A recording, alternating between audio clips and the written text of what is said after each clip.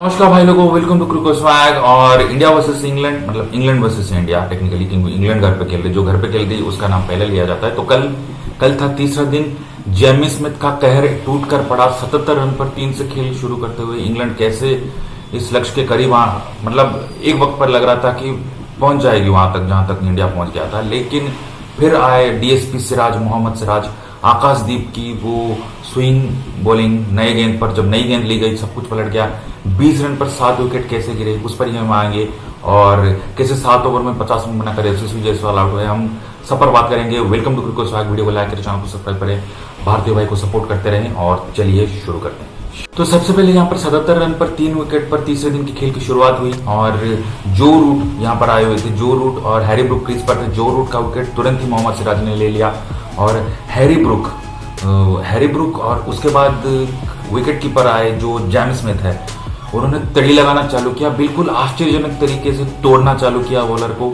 Counter attacking innings थी ये, और बिल्कुल किसी के अल्ले पल्ले कुछ पड़ नहीं पड़ रहा था। भाई कैसे करे, मुझे लगता है कि क्या कुछ अलग कर सकते थे बॉलर। मुझे लगता है एक शॉर्ट लेग रख सकते थे।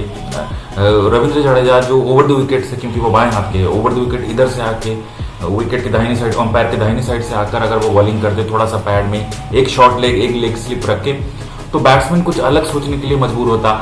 जब फास्ट बॉलर बॉलिंग कर रहे थे तो वहां पर भी एक शॉर्ट लेग, एक हेलमेट पहनकर वो भी अगर रखते तो वो भी कुछ अलग सोचने के लिए, कुछ अलग करने के लिए बैट्समैन को मजबूर नहीं किया गया। इसी की वजह से 303 रनों की पार्टनरशिप हो गई।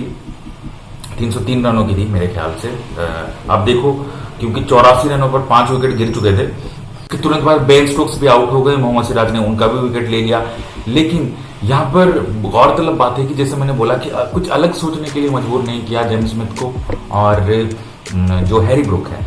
अब देखो 84 रनों पर 5 विकेट गिर चुके थे, तो जो तीसरा विकेट गिरा वो 387, मतलब 303 रनों की साझेदारी कर दी जो हैरी ब्रुक और जेमी स्मिथ ने। लेकिन क्रेडिट जाता है उनको, उन्होंने धैर्य नहीं खोया और एक साहसिक पारी खेली, और दबाव में नहीं आए बैट्समैन। लेकिन जैसे मैंने बोला कि 387 पर 6 विकेट गिरते ही उसके बाद जब नई गेंद आई गेम में, तो 80 ओवर के बाद नई गेंद आ जाती है, वहीं पर गेम पलट गई। नई गेंद पर हैरी ब्रुक का विकेट लिया आकाशदीप ने। उसके बाद गेम तुरंत पलट गई जब हैरी ब्रुक 158 रनों पर आउट हो गए, 234 गेंदों पर 17 चौके 1 छक्का। उसके बाद जेमी स्मिथ भी फिर थोड़े से स्लो खेलने लगे, क्योंकि वो 100 के ऊपर के स्ट्राइक रेट से खेल रहे थे। जेमी स्मिथ एक आश्चर्यजनक तरीके से खेल रहे थे। उसके बाद क्रिस वोक्स आए। क्रिस वोक्स को आते ही आकाशदीप में चलता गया। उसके बाद तो भाई DSP Siraj salute. Brydon Carse जो खतरनाक साबित हो सकते थे, ऑलराउंडर हैं, 40 रन जरूर मार के गए थे, कुछ कर। ब्राइडन कार्स जो खतरनाक साबित हो सकते थे, उनका विकेट मोहम्मद सिराज ने ले लिया। उसके बाद जॉश टंग, वो भी कुछ ऐड कर सकते थे। वो टेल को इस बार टिकने ही नहीं दिया। जैसे मैंने बोला स्टार्टिंग में, शायद मैंने 20 रन पर 7 विकेट बोल दिया मैंने गलती से, लेकिन 20 रन पर 5 विकेट ले गए, जिनको 387 पर 5वां विकेट गिरा और 387 पर 5वां विकेट गिरा और 407 रन पर ऑल आउट हो गए। तो आप देखो 20 रन के अंदर लास्ट के 5 विकेट ले लिए ज्यादा, क्योंकि टेल परेशान करती है इंग्लैंड की, तो उसको अब इस बार मतलब फ्रस्ट्रेट करवाने नहीं दिया मोहम्मद सिराज ने। जॉश टंग, शोएब बशीर को एक तगड़ा बाउंसर लगाया कान के नीचे, एकदम कान सुन्न हो गए उसके, और अगली बॉल उसको आगे कर दिया और उसके पैर चले नहीं, सरेंडर कर दिया उसने। तो ऐसा कुछ हाल रहा। 19 एक्स्ट्रा के साथ 407 रन बना गई। और बॉलिंग पर नजर डाले तो Akashdeep 20 over 88 run 4 wicket, Mohammed Siraj 19 over 3 गेंदें 70 run 6 wicket, Prasidh Krishna 13 over 72 run कोई विकेट नहीं, खराब बॉलिंग कह सकते हैं। नीतीश कुमार रेड्डी 6 ओवर 29 रन कोई विकेट नहीं। रविंद्र जडेजा 17 ओवर 70 रन कोई विकेट नहीं। वाशिंगटन सुंदर 14 ओवर 73 रन, थोड़ा सा एक्सपेंसिव लेकिन कोई विकेट नहीं।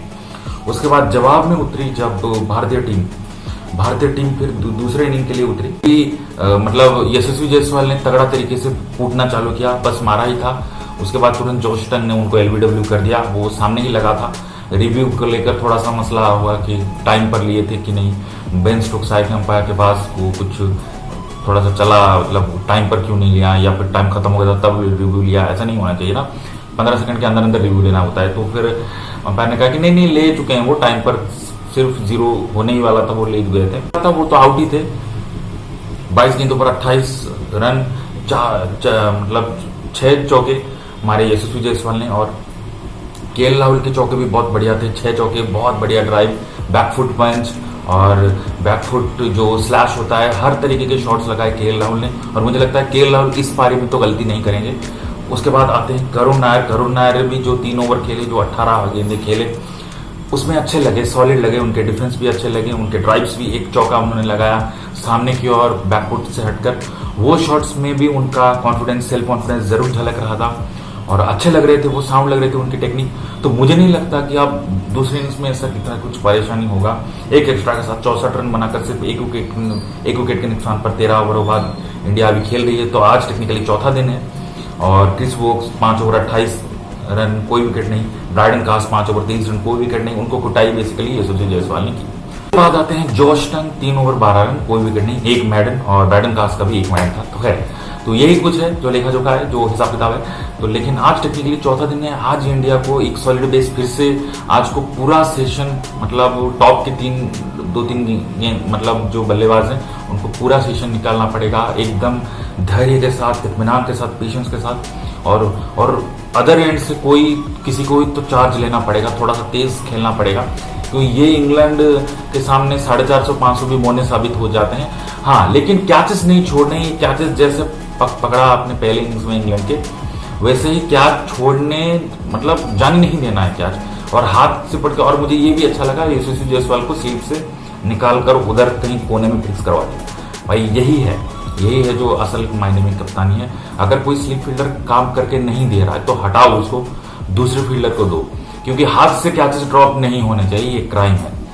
तो उसके बाद फिर जैसे मैंने बोला कि दूसरी इनिंग में आइडियली भारत को थोड़ा सा पेशेंस दिखाना पड़ेगा और दूसरे एंड से चार्ज करना पड़ेगा। ऋषभ पंत को चार्ज लेना पड़ेगा। ऋषभ पंत आ जाएंगे इसके बाद, 1-2 विकेट के बाद आ जाएंगे वो, हालांकि गिरे नहीं, हम यही चाहेंगे। और करुण नायर और राहुल खेलते रहें। करुण नायर को लंबा थोड़ा खेलना पड़ेगा। करुण नायर तेज खेलते हैं, हालांकि राहुल भी खेलते हैं, लेकिन राहुल को इस बारी थोड़ा सा पेशेंस दिखाना पड़ेगा। जैसे पहले टेस्ट मैच में दूसरे पारी में उन्होंने 137 रनों की पारी खेली थी। खैर वहां तो बॉलर्स ने लुटिया डुबा दी, लेकिन केएल राहुल ने अपना काम बखूबी किया था। तो केएल राहुल को ऐसी ही पारी आज भी चौथे दिन खेलनी पड़ेगी।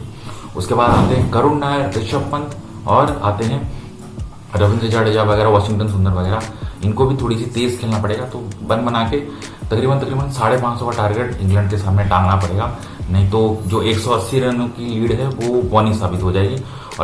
और Jamie Smith, kudos to Jamie Smith की पारी अद्भुत थी, जो 184 या 87 बनाकर वो नाबाद रह गए।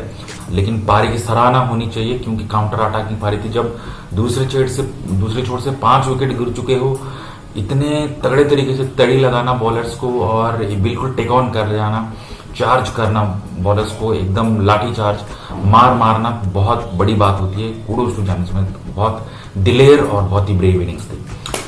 तो देखते हैं टेक्निकली आज चौथा दिन फिर कैसा रहता है आज, और फिर से मैं अपडेट डालता रहूंगा टी और लंच सेशन तक। तो तब तक वीडियो को लाइक करें, चैनल को सब्सक्राइब करें, भारत भाई को सपोर्ट करते रहें, और वीडियो देखने के लिए आपका बहुत बहुत शुक्रिया। मिलते हैं फिर, गुड आफ्टरनून, बाय बाय।